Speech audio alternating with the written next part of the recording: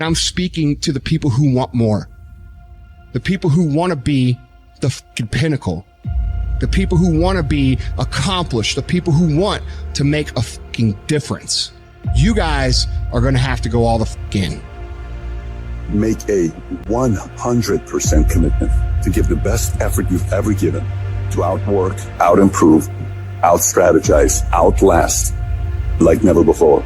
One of the best quotes that I've ever read about it is that if you have real true freedom, you're never going to have equality of outcome. Because with real true freedom, you have the freedom to not engage. Well, look, if you look at a guy like Jeff Bezos, for instance, that Amazon guy is worth more money than anybody ever, right? That guy works all day. Yeah. I mean, he's a maniac. Oh, yeah. He's acquiring all these different companies, and everything he's doing is designed to succeed. Yeah. I mean, he's just...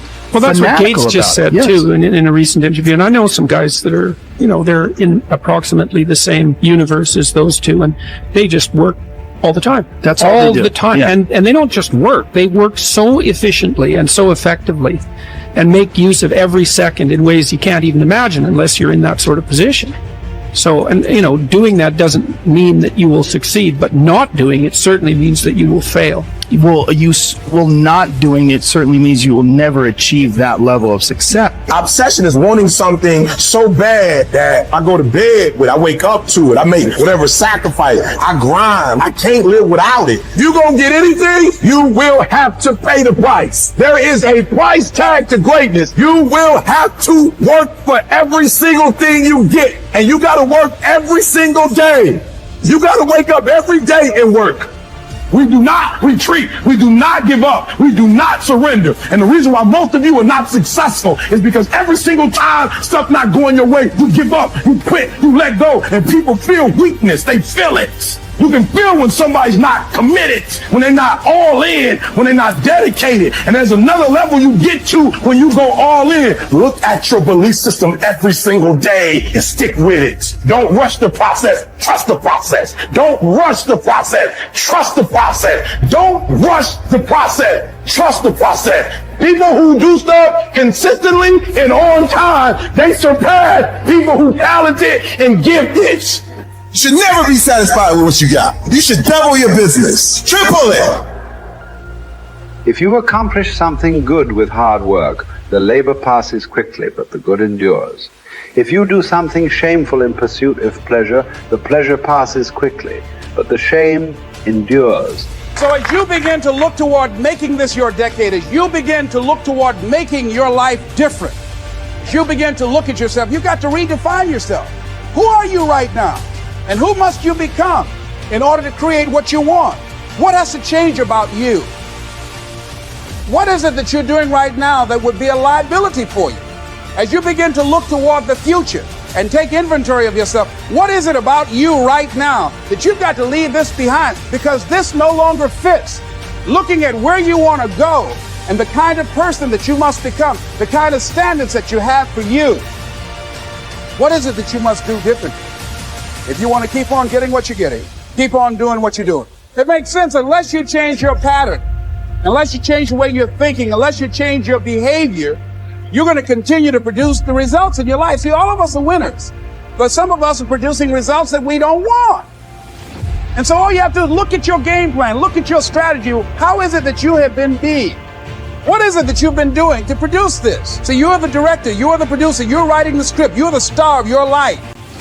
And as you begin to look at your life, you can decide whether or not it's a smash or whether or not it's a flop. That's in your hands. Look at your life, look at where you want to go. Don't worry about your circumstances. Don't worry about your age. I have a friend who's up in age, over 70, and she wanted to build a multi-million-dollar complex. The name is Dr. Johnny Coleman. Lenders and bankers say, you can't do that, you're too old. She ignored them. That building now stands, ladies and gentlemen, a multi-million-dollar structure. But there are a lot of people who would have listened to that. There are a lot of people that would not have even gotten to that point. They would have talked themselves out of even going down to the bank to ask for it, because they've already said no to themselves. See, it's time now. If you want to make this your decade, you've got to start saying yes to your life. You've got to start saying yes to your dreams, yes to your unfolding future, yes to your potential, as opposed to saying no. See, 87% of our self-talk is negative. So you've got to make a conscious, deliberate, determined effort to say yes to your dreams. Why not? Why not me? Don't spend time like most people going through life complaining. Don't try and get on talk shows and tell everybody how life has done you wrong. Here's what's happening in the audience. 80% don't care, and 50% glad it's you.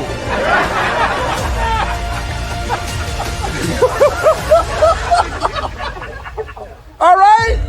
So when you know that, you'll go around, oh, you know what they did to me? Who cares? Get away from me before they come back. Even as the sun doth not wait for prayers and incantations to rise, but shines forth and is welcomed by all, so thou also wait not for clapping of hands and shouts and praise to do thy duty. Nay, do good of thine own accord, and thou wilt be loved like the sun. Above all, remember that the door stands open. Be not more fearful than children, but as they, when they weary of the game, cry, I will play no more. Even so, when thou art in the light case, cry, I will play no more, and depart. But if thou stayest, make no lamentation. If you choose, you are free. If you choose, you need blame no man, accuse no man. All things will be at once according to your mind and according to the mind of God. Withdraw into yourself as far as you can. Associate with those who will make a better man of you. Welcome those whom you yourself can improve. The process is mutual. Men learn while they teach. Limiting one's desires actually helps to cure one of fear. Cease to hope, and you will cease to fear. Widely different as fear and hoping are, the two of them march in unison like a prisoner and the escort he is handcuffed to. Fear keeps pace with hope. Both belong to a mind in suspense, to a mind in a state of anxiety through looking into the future. Both are mainly due to projecting our thoughts far ahead of us instead of adapting ourselves to the present. I have learned to be a friend to myself, great improvement. This indeed. Such a one can never be said to be alone, to know that he who is a friend to himself is a friend to all mankind. Wild animals run from the dangers they actually see, and once they have escaped them, worry no more. We, however, are tormented alike by what is past and what is done. A number of our blessings do us harm, for memory brings back the agony of fear, while foresight brings it on prematurely.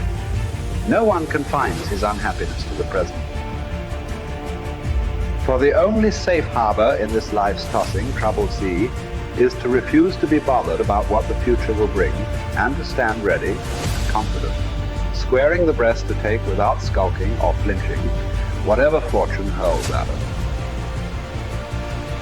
Count your years, and you'll be ashamed to be wanting and working for exactly the same things as you wanted when you were a boy. Of this one thing, make sure against your dying day, that your faults die before you do, have done with those unsettled pleasures which cost one dear. They do one harm after they're past and gone, not merely when they're in prospect. Even when they're over, pleasures of a depraved nature are apt to carry feelings of dissatisfaction, in the same way as a criminal's anxiety doesn't end with the commission of the crime, even if it's undetected at the time. Such pleasures are insubstantial and unreliable. Even if they don't do one any harm, they're fleeting in character. Look around for some enduring good instead. And nothing answers this description except what the spirit discovers for itself within itself. A good character is the only guarantee of everlasting, carefree happiness. Even if some obstacle to this comes on the scene, its appearance is only to be compared to that of clouds which drift in front of the sun without ever defeating its light.